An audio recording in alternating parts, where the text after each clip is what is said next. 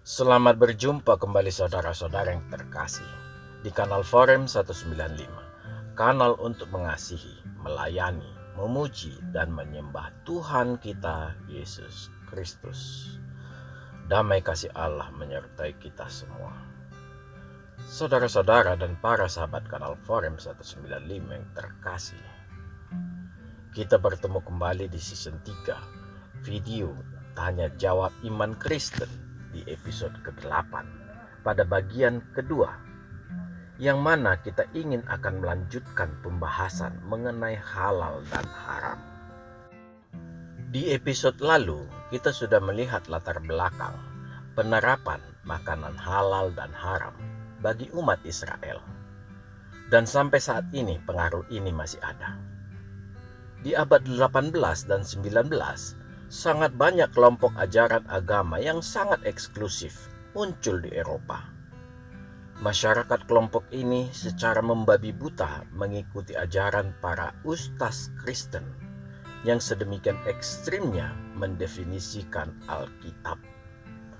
Ajaran yang ekstrim ini lebih banyak diambil dari kitab Perjanjian Lama, yang mana pada saat itu kehidupan bermasyarakat masih di bawah hukum Taurat.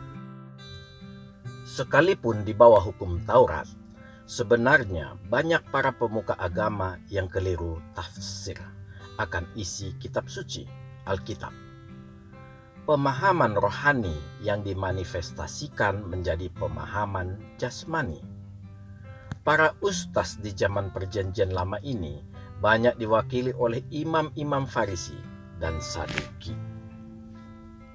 Padahal, bila kita mendalami, hukum Taurat berawal dari hal yang sangat esensial, hanya 10 hukum.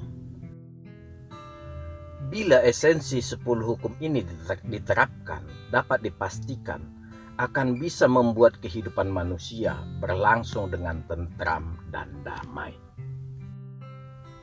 Tetapi hal ini tidak dapat dipertahankan manusia, karena manusia membawa hukum Taurat menjadi hukum yang mengatur bernegara. Inilah cikal bakal keruntuhan sebuah negara yang berdasarkan agama. Agama bukan mengatur bernegara, melainkan mengatur laku hidup orang per orang. Hukum Taurat ditujukan untuk mengasah batin. Inilah misteri yang tersembunyi di dalam hukum Taurat. Sangat banyak orang yang diselamatkan di bawah naungan hukum Taurat. Sebagai penambah wawasan kita, seluruh nabi-nabi Israel hidup di zaman hukum Taurat. Mereka hidup di zaman hukum Taurat diberlakukan. Pengembangan hukum Taurat terjadi ketika agama Yahudi sedemikian berpengaruhnya bagi raja-raja Israel. Maka hukum Taurat yang berawal hanya 10 buah dikembangkan menjadi 613 buah yang meliputi 365 yang bersifat wajib dan 248 bersifat tidak wajib, dan terus dikembangkan menjadi berkisar 1600 buah. Pengaruh ini dahulu banyak diterapkan oleh umat Kristen, tetapi umat Kristen dengan cepat menyadari pemahaman yang keliru yang dia anutnya. Perlahan, penganut aliran-aliran seperti ini berkurang drastis. Kenapa? Karena setiap umat Kristen dapat memeriksa apa yang diajarkan para pengajar atau ustaz Kristen langsung ke Alkitab. Malangnya, umat agama jimat tidak bisa melakukan hal ini. Semua ini terjadi karena Kutim hanya mencontek hukum Taurat, yaitu 5 kitab pertama dari Alkitab Perjanjian Lama. Kutim tidak memahami esensi hukum Taurat, langsung memodifikasi serta dibumbui, lalu mengemasnya di kitab suci Al-Langit yang berbahasa sorga. Mengapa harus berbahasa sorga?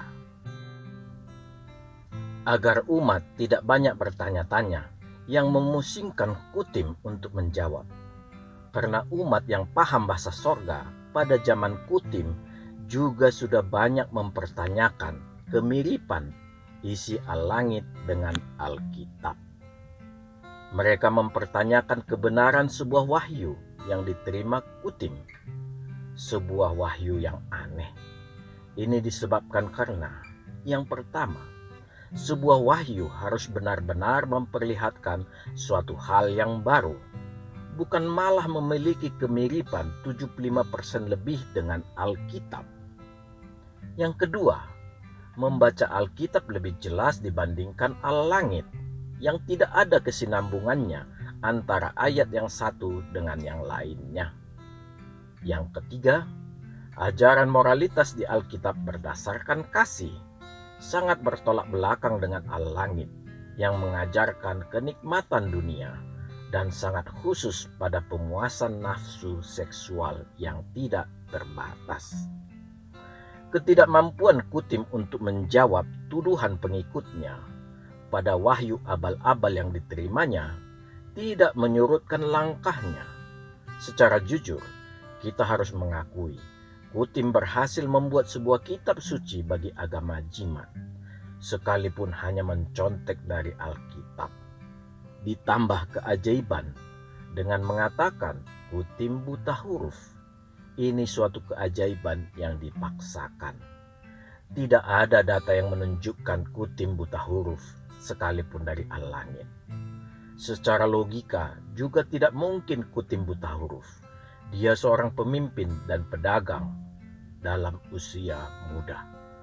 Seorang pemimpin dan terlebih seorang pedagang tidak mungkin buta huruf. Ditambah Kutim menjadi nabi setelah dia setengah abad. Yang jelas, Kutim seorang yang cerdas. Ada kekuatan supranatural yang mendorongnya untuk memfotokopi Alkitab. Dia tahu, kelak kitabnya akan dipertanyakan orang dengan semakin kritis. Inilah yang membuat dia mengeluarkan larangan menerjemahkan Al-Langit.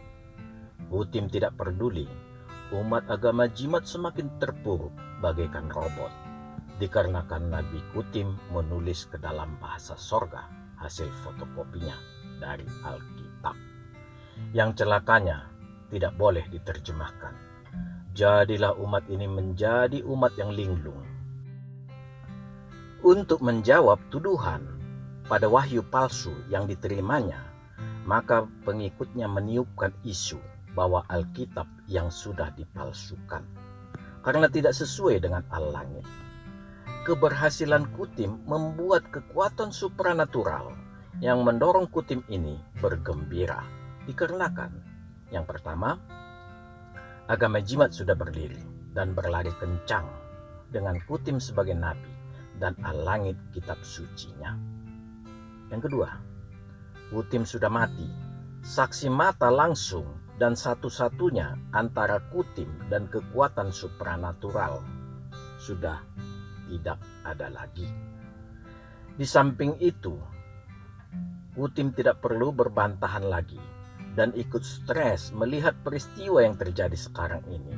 Betapa umatnya pada stres dikarenakan ketidakmampuan umatnya menunjukkan Alkitab yang asli. Sekarang, seluruh mata dunia melotot melihat sebuah kenyataan yang membuat semua manusia terhenyak. Sebenarnya Alkitab tetap asli. Al-Langitlah bentuk pemalsuan Alkitab. Sebuah pemalsuan yang sangat vulgar, sangat kasar, dan terlalu terang benderang, karena terlalu banyak penyimpangan isinya. Tetapi, kekuatan supranatural yang mendorong Kutim itu tidak peduli. Ternyatalah, kekuatan supranatural itu adalah iblis sendiri. Dan iblis sukses. Iblis berhasil menyesatkan sepertiga umat dunia dari Allah yang benar. Dari sisi jumlah, sudah mirip dengan jumlah malaikat yang disesatkan iblis ketika di sorga. Allah bertindak, membuka kedok iblis, Kutim, dan Al-Langit melalui teknologi internet. Allah menugaskan orang Kristen untuk menginjili umat agama Jimat. Sudah sangat banyak yang diselamatkan dan harus terus Injil dikabarkan. Yang harus dilawan bukan umat agama Jimat, melainkan iblis yang mendalangi ini semua. bagi umat agama jimat. Dengarlah panggilan Tuhan, bukalah mata batinmu. Lihatlah betapa parah Nabi Kutim dan Tuhan yang ada di agama jimat yang diperkenalkan al-langit mempermainkanmu dan leluhur kita. Segera tinggalkan agama jimat. Carilah kasih Tuhan Yesus Kristus yang memerdekakanmu. Yesus Kristus sangat mengasihimu. Amin. Tuhan memberkati kita semua. Marilah kita masuk ke saat teduh sejenak.